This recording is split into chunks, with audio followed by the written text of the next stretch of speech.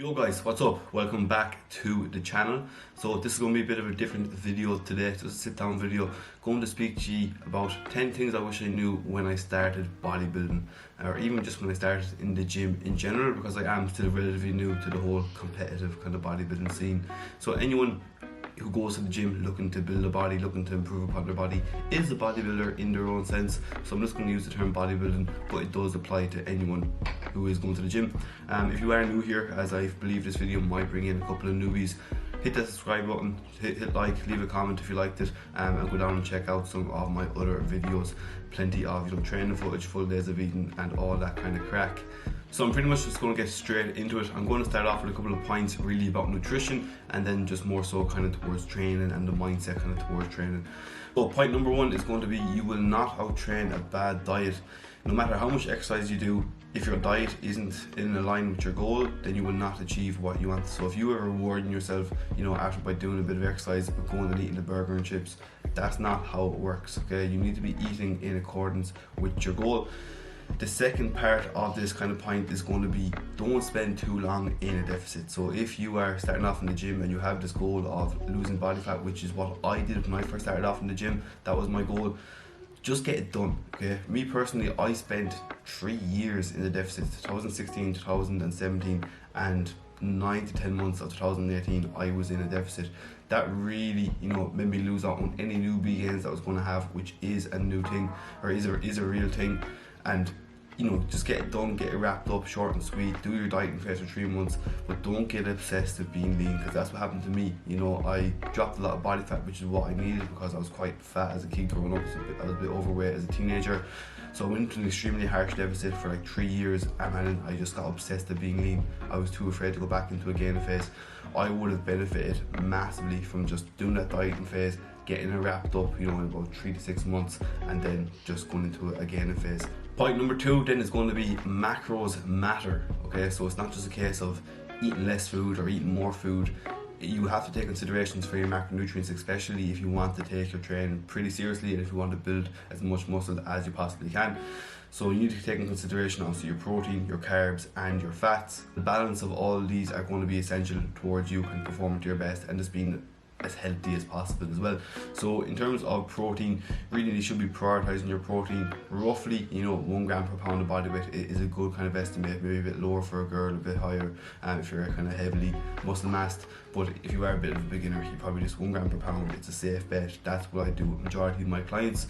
That is going to be responsible for the repair of muscle tissue, and that's what's going to help you build your muscle, okay? Or you also want to be spacing out your protein servings evenly throughout the day, okay, despite muscle protein synthesis. I would roughly say you're looking for about 25 to 30 grams per meal, spaced out, obviously depending on your total intake, but a minimum of 25 to 30 grams per meal, spaced out throughout your meals, again, just to be as optimal as you possibly can with that.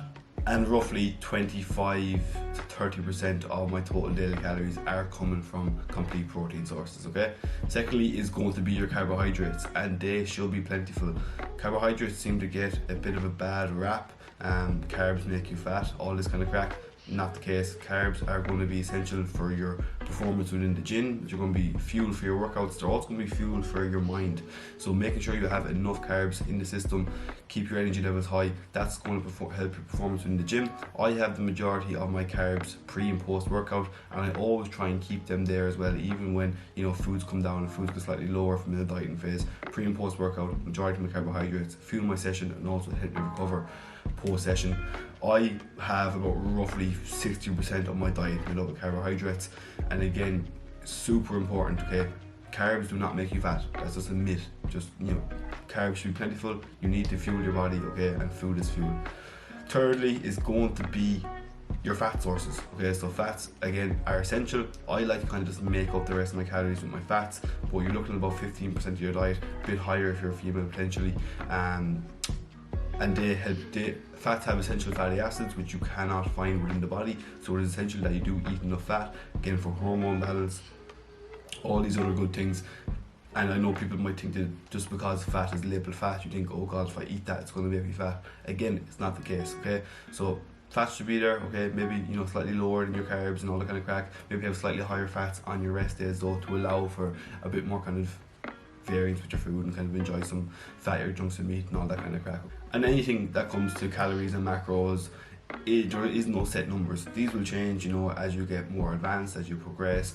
If you are a female, if you're a male, everything, you know, has to be taken into consideration there. They're just kind of roughly kind of figures that I use, okay? So moving on to kind of training then, point number 3 is going to be the most basic one, but it's going to be progressive overload is king, okay? So doing more over time, placing the novel stimulus on the muscle, demanding that muscle to grow is what's going to help you build muscle. It is the only thing that's going to build muscle for you. If you're going into the gym and you're constantly doing, you know, 2 sets of 10 or 3 sets of 10 every single week on the same exercise and the same weight, nothing's going to happen. You will not grow new muscle. You have to place a new stimulus on that muscle, a novel stimulus on that muscle, and demand it to grow. So, you know, it should be a case of going into the gym and trying to either add reps or add weight or somehow, you know, either add frequency or load or volume or load, should I say, okay? So that is going to be the main driver for muscle growth. It is the daddy of them all, if you want to put it that way. Point number 4, and probably the second most important point when it comes to resistance training, is going to be exercise execution really fucking matters, okay? So it's not the weight you move, it's going to be the way you move that weight. So for example, the analogy I use with all my clients is going to the gym is kind of like playing darts, and it doesn't matter how many darts you have if you can't hit the dartboard. So if you imagine you're going to the gym 5 days a week, you know, and it doesn't matter how many days of the week you're going to the gym, or it doesn't matter how heavy you do your exercises, or how many sets, how many reps, if you don't hit the muscle group, okay? So you may as well be not hitting the dartboard, okay? You may as well be not going to the gym.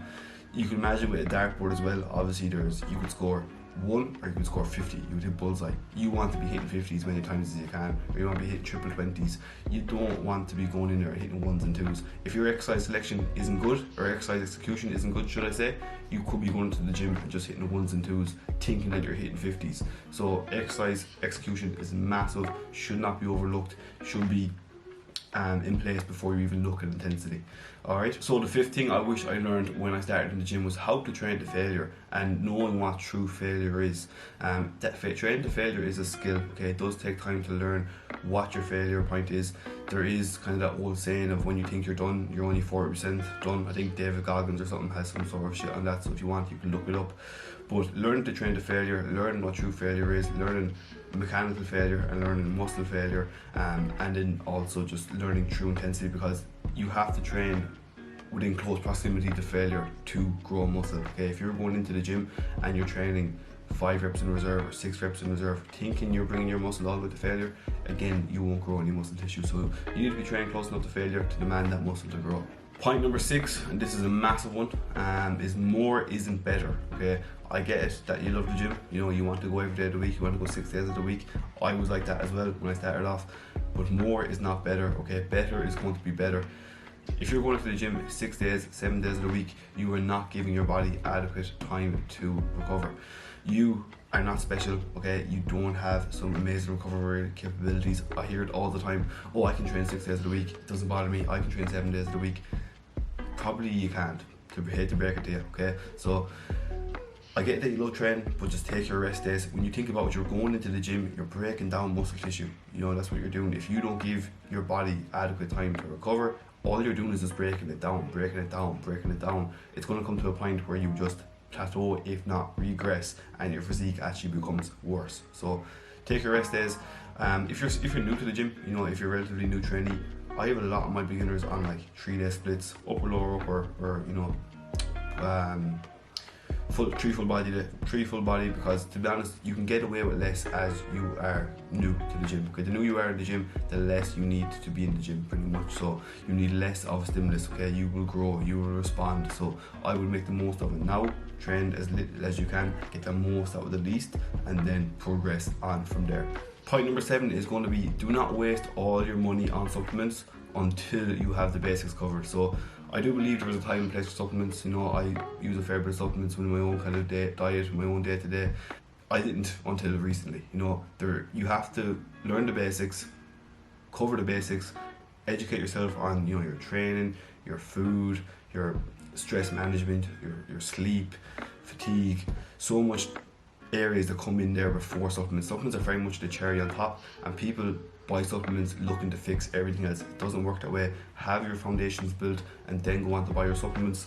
If you're wasting all your money on your supplements, you'd be much better putting that money into yourself in terms of investing into a coach and learning from him, rather than, you know, buying some fucking weight loss skinny tea thing that you've seen some fitness influencer post about, which isn't a real thing. They don't exist. Point number 8 is going to be results take a lot less than what people think, but just a lot more time. So people think they're going to get this crazy, you know, transformation in some small amount of time. Doesn't really happen, okay? There is no instant gratification, especially within bodybuilding. Fair enough, in a fat loss phase, things move a bit quicker, but if you are in this game to build a bit of muscle, to build a physique from pretty much scratch, it takes time. It takes a lot of fucking time, okay? It's probably one of the longest, most enduring things you will do, but there is obviously, you know, milestones along the way, very much enjoyable. Falling in love with the process is probably the most important part of that, which I'll speak about now again in a minute. But there is no instant gratification, okay? If you are in this, just know that you're in it for the long run, okay? People are expecting these crazy overnight results, which do not happen. But the positive side of that, and to go back to kind of the first point I made, is it takes a lot less than what people think. So you don't necessarily need to be bending over backwards to get results. You know, if you just do the basics, as I mentioned before, with your sleep, your food, your training, you will get results. It just takes longer than you think. So just manage your expectations with kind of the results that you're expecting to see, okay? So point number 9 is going to be invest in a coach and follow a structured program. So investing in a coach is single-handedly the best thing I've ever done for myself. Yes, I'm a coach myself, but having that someone with a bit more skin in the game, a second set of eyes on my training, a second set of eyes on my physique, that accountability, it's invaluable, okay? I can go directly to them with any questions I might have, you know, skip the whole process of failing and really just kind of get it directly from the source. So 110% the best investment I've ever made. My knowledge has increased tenfold, my training has increased tenfold, my physique has increased tenfold just from reaching out and hiring a coach.